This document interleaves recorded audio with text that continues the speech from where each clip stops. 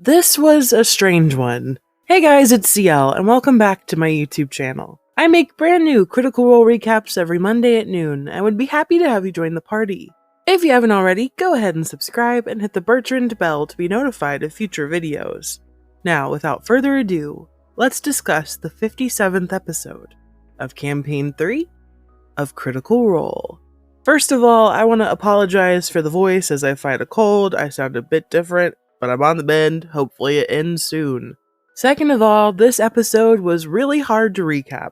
It was full of a lot of detail exploring rather than being plot driven, so it's kind of difficult to pick apart what's important and what's actually flavor. The episode opens as Belle's Hells are entering the extremely cursed and haunted ruins of Malaya.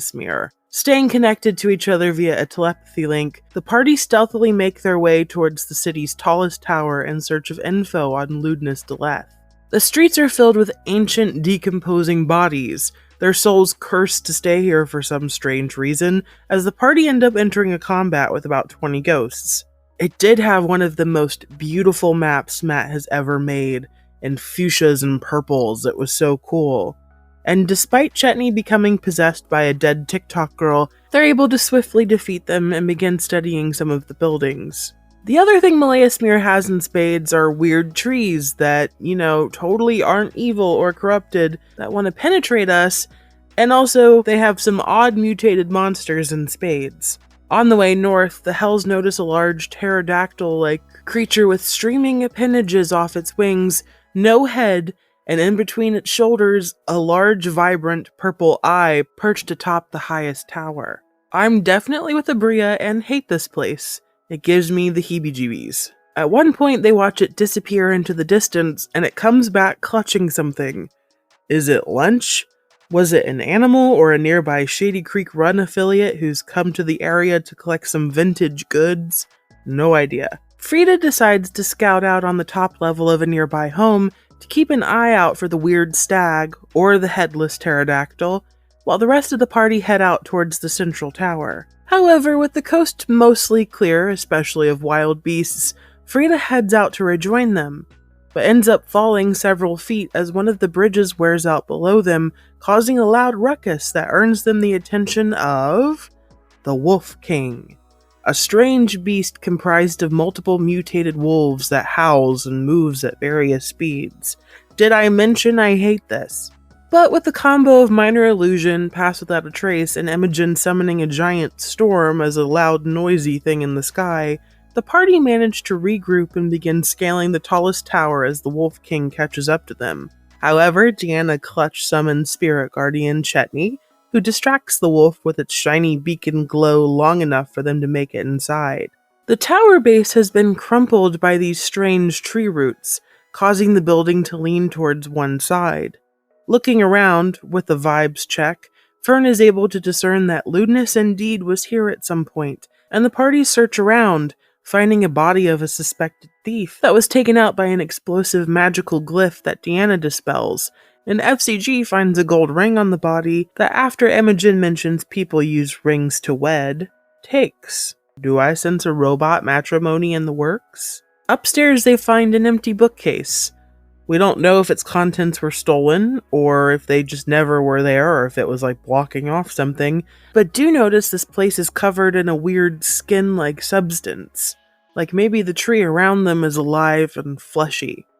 Anyway, they do find some cloth scrolls and documents that contained a lot of pertinent information to what Ludinus was up to. It seems that he was looking into temple propaganda with various religious inconsistencies, almost to prove that the gods have no divine plan.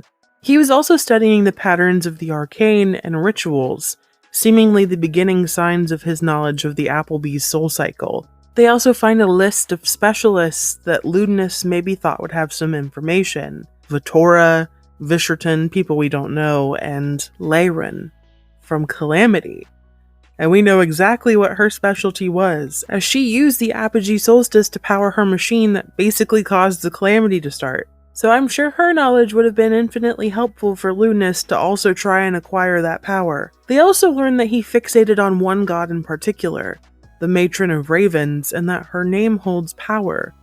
Travis whispered, "A name is earned," from Campaign 1, and I found that incredibly interesting because it's true. The Matron of Ravens wiped her name from the world of Exandria. I can't even imagine what would happen if that had been revealed, if you had that knowledge. Sure, magic can do some dark shit, but what about like her family and her loved ones?